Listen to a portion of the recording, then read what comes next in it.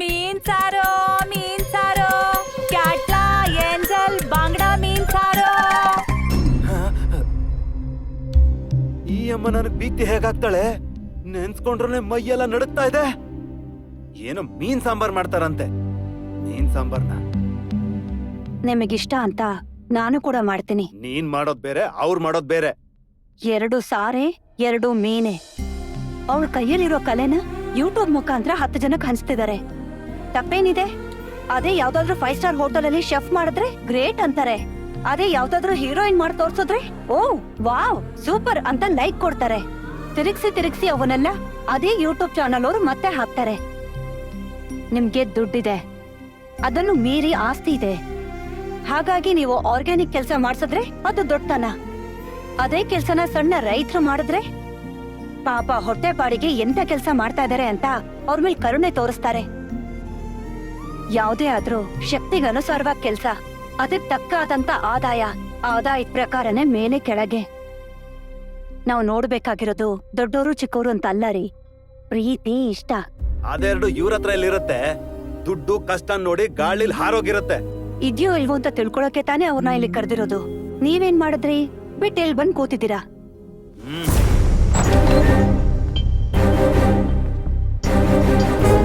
ನನ್ ಜೊತೆ ಬನ್ನಿ.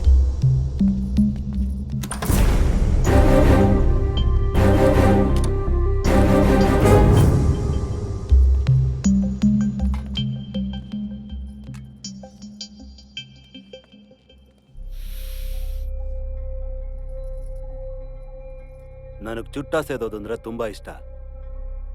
ಅವಾಗ ನನ್ ಮಗಳು ತುಂಬಾನೇ ಚಿಕ್ಕವಳು. ಅಮೂಲ್ಯ ಅಪ್ಪ ಸೇರ್ಬೇಡಿ, ವಾಸನೆ ಚಿಚ್ಚಿ ಬೇಡ. ಬೇಡ್ವಾ? ನೀನ್ ಹೇಳಿದ್ರೆ ನಾನ್ ಬಿಟ್ಬಿಡ್ತೀನಿ. ಸರಿನಾ? ಅವತ್ತಿಂದ ಚುಟ್ಟ ಸೇದೋದನ್ನ ಬಿಟ್ಬಿಟ್ಟೆ. ಚುಟ್ಟ ಸೇದ್ತಾ ಇದ್ದೀನಿ ಅಂತ ಫೀಲ್ ಮಾಡೋದು ನೆನ್ಪು ಮಾಡ್ಕೊಳ್ಳೋದಕ್ಕೆ ಈ ತರ ವಾಸನೆ ನೋಡಿ ಸಮಾಧಾನ ಮಾಡ್ಕೋತೀನಿ.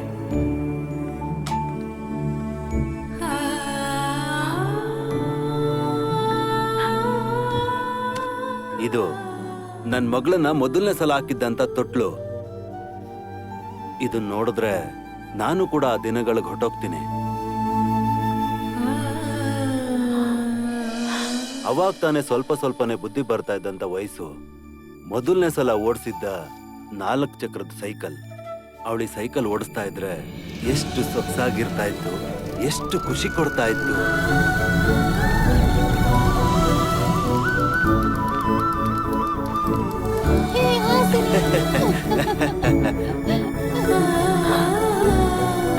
ಇದು ನನ್ ಮಗಳು ಮೊದಲನೇ ಸಲ ಕಲ್ತಂತ ಸೈಕಲ್. ಬಿದ್ರೆ ಎಲ್ಲಿ ಪೆಟ್ಟಾಗುತ್ತೋ ಅಂತ ಎಷ್ಟು ಭಯ ಆಗ್ತಿತ್ತೋ, ಆದ್ರೆ ಬೀಳ್ಲಿಲ್ಲ. ಹಿಡ್ಕೊಳ್ಳೋದಕ್ಕೆ 4 ಜನ ಬಿಟ್ಟಿದ್ನಲ್ಲ, ಹಿಂದೆನೆ ಓಡ್ತಾ ಇದ್ರು. ಏನ್ರೋ ನೋಡ್ತಿದ್ದೀರಾ? ಬಂದ್ರೋ?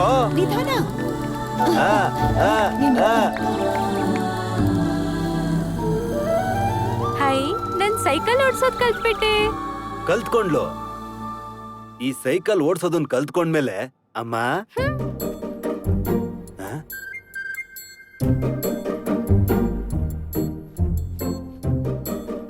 ಯಾಕೆ ಕೋಪದಲ್ಲಿದ್ದಾಳಲ್ಲ? ಅವಳಿಗೆ ಸ್ಕೂಟಿ ಬೇಕಂತ. ಇವಾಗ್ಲೇನಾ? ಮತ್ತಿನ್ಯಾವಾಗ? ಇನ್ನೊಂದ್ 4-5 ವರ್ಷ ಆದ್ಮೇಲೆ. ಅಲ್ಲಿವರೆಗೂ ಹೀಗೆ ಕೂತಿರ್ತಾಳಂತೆ, ಪರವಾಗಿಲ್ವಾ? ಅಯ್ಯೋ, ಹೀಗೆ ಕೂತ್ಕೊಂಡ್ರೆ ಹೆಂಗೆ? ಅದಕ್ಕೆ ಯಾವ್ದೇ ಆದ್ರೂ ಟೈಮಿಗೆ ಸರಿಯಾಗಿ ಮಾಡಿ ಮುಗಿಸ್ಬಿಡ್ಬೇಕು. ಟೈಮ್ ಮೀರು ಹೋದ್ಮೇಲಲ್ಲ. ಈ ಗಾಡಿ ಹುಷಾರಮ್ಮ. ಇಲ್ ನೋಡು, ಇದು ಸೆಲ್ಫು. ಇದನ್ನ ಹಿಡ್ಕೊಂಡು ಇದನ್ನ ಅಲ್ಲಮ್ಮ, ನನ್ ಭಯ ನನ್ಗಿರುತ್ತಲ್ವಾ. ಏಯ್, ಹುಷಾರ್ ಕಂಡ್ರೋ. ಸ್ಟಾರ್ಟ್ ಮಾಡು. ಹೈ,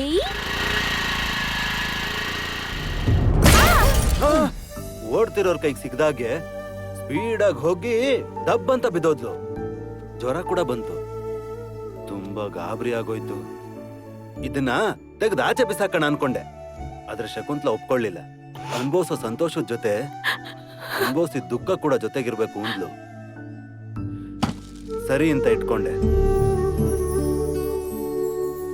ಅದಾದ್ಮೇಲೆ ಅವಳು ಕೇಳಿದ ಕಾರ್ನೆಲ್ಲ ಕೊಡಿಸ್ದೆ. ಅವಳು ಓಡ್ಸೋ ಪ್ರತಿ ಕಾರು ನನ್ಗಿಷ್ಟ. ಮೊದಲನೇ ಸಲ ನಾನು ಅವಳಿಗೆ ಬೊಂಬೆನ ತಂದು ಕೊಟ್ಟಾಗ ಆನಂದದಿಂದ ನಕ್ಕಂತ ಮುಗುಳ್ನಗು ಇವತ್ಗೂ ಕೂಡ ನಾನು ಮರ್ತೇ ಇಲ್ಲ.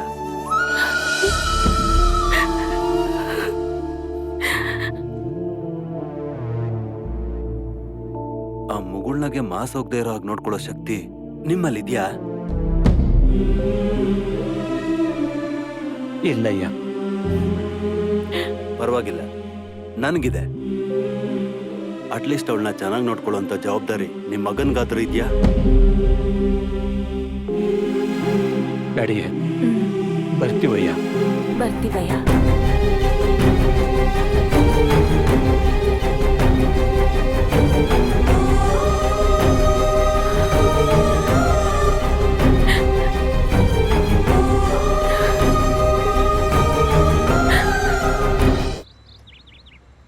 ಆರ್ಟಿಸ್ಟ್ ಎಲ್ಲ ರೆಡಿ ಆಗಿದ್ದಾರೆ, ಹೋಗಿ ಶಾರ್ಟ್ ಇಡು. Okay right. ನಮಗ ಹಾ, ನಿನ್ನ ಹತ್ರ ಸ್ವಲ್ಪ ಮಾತಾಡ್ಬೇಕು. ಏನೋ ನೀನೇನು ಅನ್ಕೋಬಾರ್ದು. ಲೈ, ಇದ್ದಿದ್ದಂಗೆ ಹೇಳೋ ಫ್ರೆಂಡ್ ಕಣೋ ನೀನು. ನೀನ್ ಕೂಡ ಈ ತರ ನಾಚ್ಕೊಂಡ್ರೆ ಹೇಗೆ? ಪರವಾಗಿಲ್ಲ, ಹೇಳೋ, ಏನೋ ಆಗಲ್ಲ. 10 ಜನ ನಮ್ ಸಿನಿಮಾ ಬಗ್ಗೆ 10 ತರ ಮಾತಾಡ್ತಿದಾರೋ. ಏನಂತನೋ?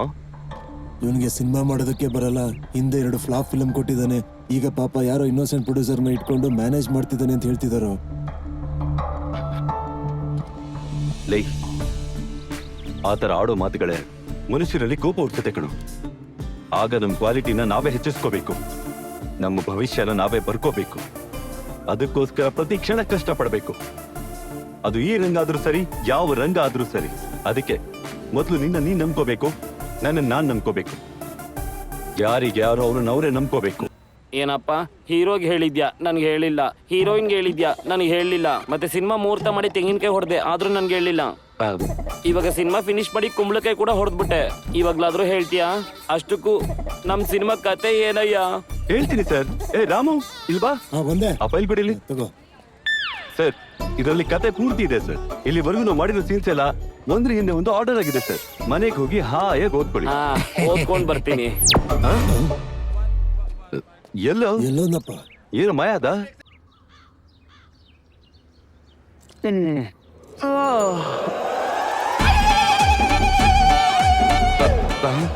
ಏನು ಬೆಳಬೆಳಗ್ಗೆ ಮನೆಗೆ ಬಂದ್ಬಿಟ್ಟಿದ್ದೀರ? Sir sir sir sir sir sir ಬನ್ನಿ ಸರ್ ಒಳಗೆ. ಪರವಾಗಿಲ್ಲಯ್ಯ. ಅದೇನ್ ಸರ್ ಇಷ್ಟು ಬೆಳಿಗ್ಗೆ ಬಂದಿದ್ದೀರಾ? ಎಲ್ಲ ಓದ್ಬಿಟ್ರ ಸರ್? ಕತೆ ಎಲ್ಲ ಗೊತ್ತಾಯ್ತಾ ನಿಮ್ಗೆ? ಇದ್ರಲ್ಲಿ ಕತೆ ಎಲ್ಲೈತಯ್ಯ? ಅದೇ ಸರ್, ಫೈಲೆಲ್ಲ ಓದಿದಿರ ತಾನೆ? ಕತೆ ಏನು ಗೊತ್ತಾಗ್ಲಿಲ್ವಾ? ಹೇಗಿದ್ರು ಇನ್ನೊಂದು ಕಾಪಿ ರೆಡಿ ಆಗುತ್ತೆ ಅಲ್ವಾ ಸರ್? ಆಗ ಮೂವಿ ಎಲ್ಲ ನೋಡಿದ್ರೆ ಗೊತ್ತಾಗುತ್ತಲ್ವಾ?